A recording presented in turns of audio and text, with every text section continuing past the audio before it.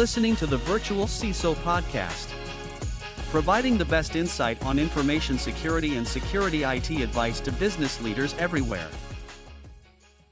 You guys specialize, I think, in more what I'm going to call the detect and respond world. Is that the next most important thing in your mind? I mean, I think at the end of the day, you could argue that having backups is the single most important thing in the world and having them properly protected.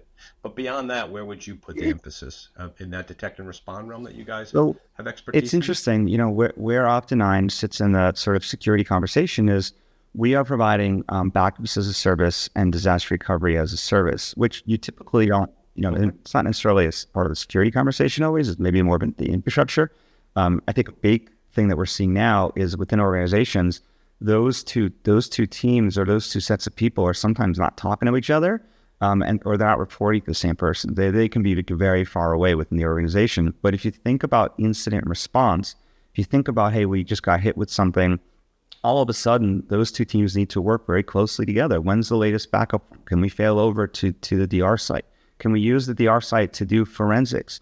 And so I think those two groups need to come together, or those two sets of tools. And we're starting to see that. We're seeing backup software speaking to SIM software. If you think about what does your incident response plan look like, it has to involve both those sets of teams or people. So we are seeing those come together.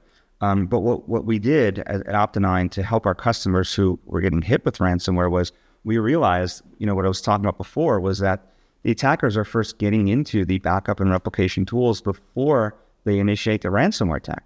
We are managing those tools. We have access to them at our customer sites. So we started running the configuration changes that we were seeing in the activities through machine learning and AI. And we built this tool called Observer. And when we notice suspicious activity that is not normal for that site, it's potentially telling us, hey, that there is an attacker in the environment. They're in the process of trying to modify or delete or destroy the backups or disable the replication so that they can, instigate an attack. And so if we can detect those actions, we can, in some cases, we can stop an attack before it starts.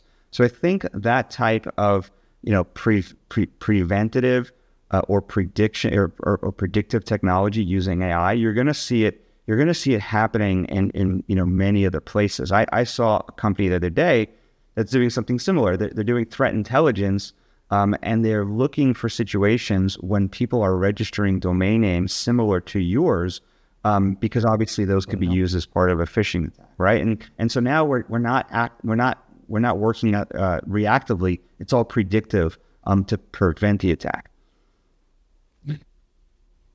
Yeah, so quick question. So I think that's fantastic what you're doing, right? And we tell people the same thing, right? You want your DR tools talking to your SIM tools so that in the event something is going on, you're going to have some early warning to that, right? And isolation to the extent that we can, minimizing, the levels of administrative access, et cetera.